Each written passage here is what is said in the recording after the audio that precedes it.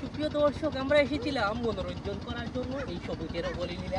আমার বাম পাশে দেখতে পাচ্ছি সাবেক 4 বারের সংসদ সদস্য, এবং তিনি 4 বারই ফেল করেছেন এবং 4 বারই তার অবস্থা বিগত হয়েছে। আমরা জানতে চাবো ওনার ব্যাখ্যা। আজও ওনার নির্বাচনী এলাকায় নির্বাচন চলছে, কিন্তু উনি কেন নয়। আপনার সাথে আমাদের এইভাবে সাক্ষাৎ হবে আমরা জানতে পারতাম না। আপনার যে সৌজন্য সাক্ষাৎকারটা আমরা এইভাবে পকেটে নিলাম ওর মধ্যে নিচ্ছি। আপনি কেমন আছেন? অনেক অনেক ভালো লাগতেছে এখানে এসে। এখানে মাটি প্রকৃতি আমাকে ডাকে। যে আমি দেখতে পাই আপনি সবসময় মাটি প্রকৃতির সাথে থাকেন, কিন্তু আপনার সাথে একটা মেয়ে ছিল না, ও কোন? ও আমার কো আর্টিস্ট, ও সবসময় থাকে না। আর্টিস্টের সাথে এত সুন্দর সম্পর্ক আমি আগে কখনো যে কো আর্টিস্টের সাথে সবসময় সুন্দর সম্পর্ক রাখতে হয়, তা না হলে আমাদের অনুষ্ঠান খারাপ হবে এবং দর্শকরাও বুঝতে পারবে না। আমরা ব্যক্তিগত আলাপে না যাই, আমরা সরাসরি আপনার মূল বিষয়ে আসি। আপনি যে প্রকৃতির সাথে ব্যক্তিগতটা বুঝিয়ে বলতে হবে আমাকে, তারপর ওই বিষয়ে আমি আসি। স্যার, আমরা আপনার ইন্টারভিউ নিচ্ছি, আপনি আমার ইন্টারভিউ নিচ্ছেন না।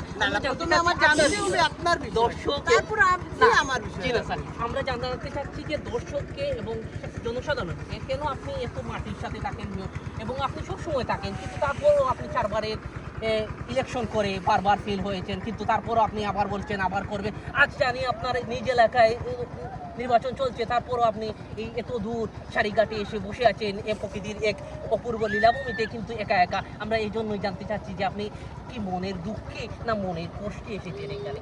মনের সুখে। আপনি কি আগামীবার আর কোনো ইলেকশন করবেন? হ্যাঁ, আমি যতদিন আছি এই মাঠে, এই দেশ মাটি, এই প্রকৃতির সেবা করে। কিন্তু জনগণ আপনাকে কেন পছন্দ করে না সেটা জানতে চাচ্ছি। জনগণ শুধু টাকা পছন্দ করে, এটা আমি কোনো টাকা না।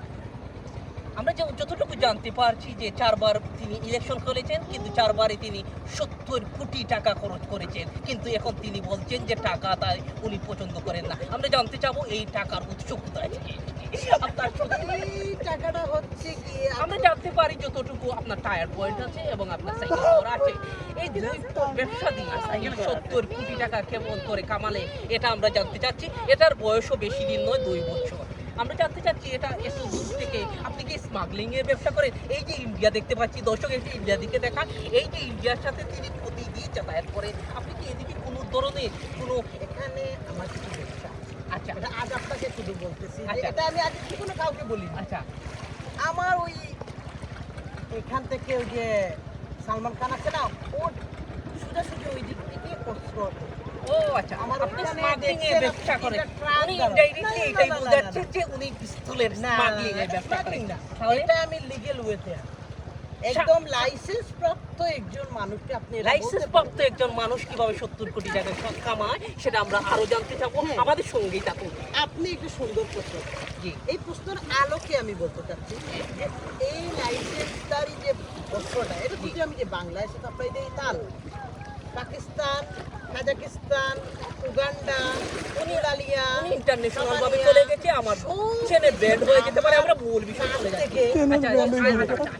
আচ্ছা, আপনার সাথে আরো কিছু কথা বলতে চাচ্ছিলাম যে সামনে কুরবানির ঈদ, আপনি কি গরু ব্যবসার সাথে না, জড়িত? ওই গরুর সাথে আমার একটা যায় না। ওটা আমি সাপ্লাই করে দিই অন্য সাধারণ মানুষের জন্য, উন্মুক্ত করে দিই। অস্ত্র ব্যবসাটা সবাই করে, ওইটা আমি করি। আর ওই যে ইয়ে আছে না, গরুর ব্যবসা, এই ব্যবসা, এই ও ওইরকম ওরা। আপনার আপনার আন্ডারে না, আপনার আন্ডারওয়ার্ল্ডে যে কাজ করা, ওনার নাম শুনেছি লাবিব সিদ্দিক। উনি আসলে কি ঘটনা সত্যি আপনার হ্যাঁ, আন্ডারওয়ার্ল্ডে? ও আমার একদম কাছের একজন, আমার অনেকগুলো ম্যানেজার জানে। আচ্ছা, আমি আরেকটা গোপসূত্রে জানতে পেরেছি যে দুবাই যে আন্ডারওয়ার্ল্ডের মেয়ে ইসমাইল হানিয়া বলা হয়, কিন্তু আসলে ইসমাইল হানিয়া নয়, তিনি হচ্ছে ইসমাইল চৌধুরী। আপনি এটা সম্পর্কে কিছু বলবেন? হ্যাঁ, ওনার জন্য তো দুবাইতে পানি। আচ্ছা আচ্ছা, এইবার যে বন্যা করছে ওনার জন্য। উনি ব্যাটারি দোকান দিয়ে কিভাবে ওই ব্যাটারি 70 কোটি টাকা কামানে হুম। এটা আমি জানতে চাই। এখানে ব্যাটারি দিয়ে উনি বিয়ে করছেন, ওইখানে পানি সাপ্লাই দিচ্ছে, তারপরে একটা বাঁধ আছে, ওই বাঁধটা ভাঙ্গা বেড়াচ্ছে। আচ্ছা, আমরা জানতে পারি যে আপনার যে শীর্ষ নেতা লাবিব সিদ্দিক, তিনি 1000 কোটি টাকার মালিক, কিন্তু তিনি ব্যবসা করেন গাড়ির। এটা আমাকে কিছু বলবেন, এটা কি ইন্ডিয়া থেকে আসে? না, না, না, গাড়িটা হচ্ছে গিয়ে আমাদের তো অনেক মানে ট্রান্সপোর্টের প্রয়োজন। আচ্ছা, এই ট্রান্সপোর্টের জন্য গাড়িগুলো। আপনার ছোট ভাই শুনেছি সাকিব তিনি ট্রাভেলিং এর মাধ্যমে ব্যবসা করেন, উনি কি আদম পাচারি না মানব পাচারি?